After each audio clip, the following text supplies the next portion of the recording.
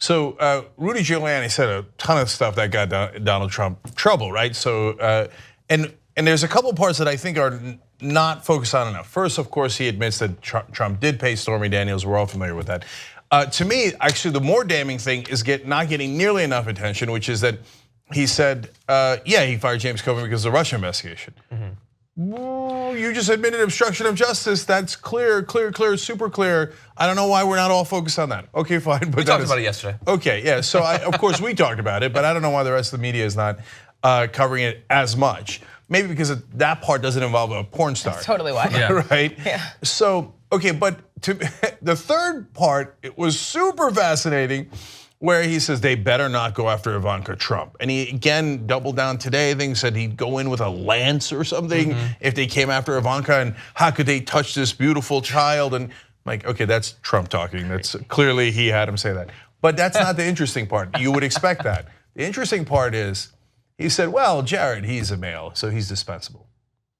What? What did you just say? So Jared Kushner, Ivanka's husband, is dispensable? Yeah. And he just threw that in there like Tucker little Carlson sprinkling. was so mad when he heard that men are disposable. But is Trump planning to throw his own son-in-law under the bus? I think he is. I mean, Giuliani didn't come up with that on his own. Clearly, Trump had him say all these things. To Brett's point from earlier in the show, there's only so many people who could fall on a sword for you before you realize you got nobody left around you. Yeah. And now he's making Giuliani fall on a sword for lying about Stormy Daniels.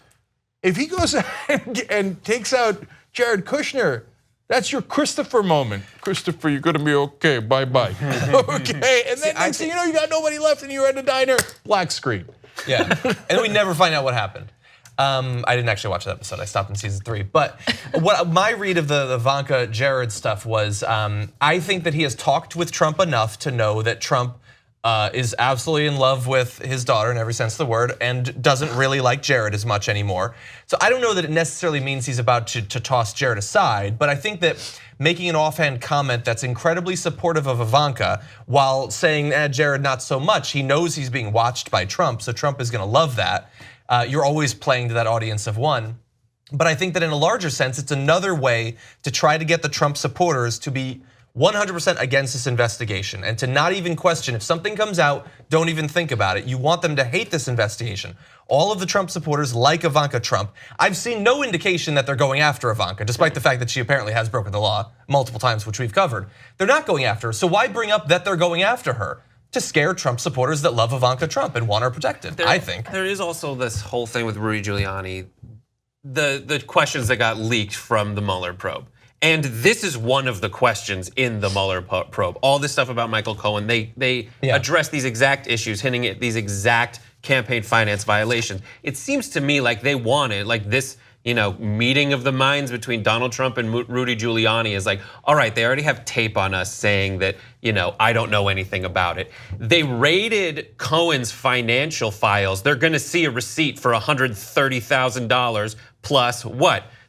A little bit extra. What is that extra? You actually hear Rudy Giuliani say, plus a little bit to wet his beak, plus a little bit of interest, enough to pay the taxes. They're gonna see the receipts, like the Manafort receipts in the Ukraine, where it's like, payoff to this person for a whole lot of money. They wanna have tape in the media around that kind of hints that they're explaining it ahead of time. It seemed like they were floating the idea. Rudy had no idea, and neither did Trump. 12 hours after it went down that they'd have to, push Rudy in front of the bus and run the other way. But that's how it's played out. And I think if we take those 49 questions and look at the next 2 weeks of Trump behavior, we'll see a lot of things trying to address those very issues ahead of the subpoena to see how they play.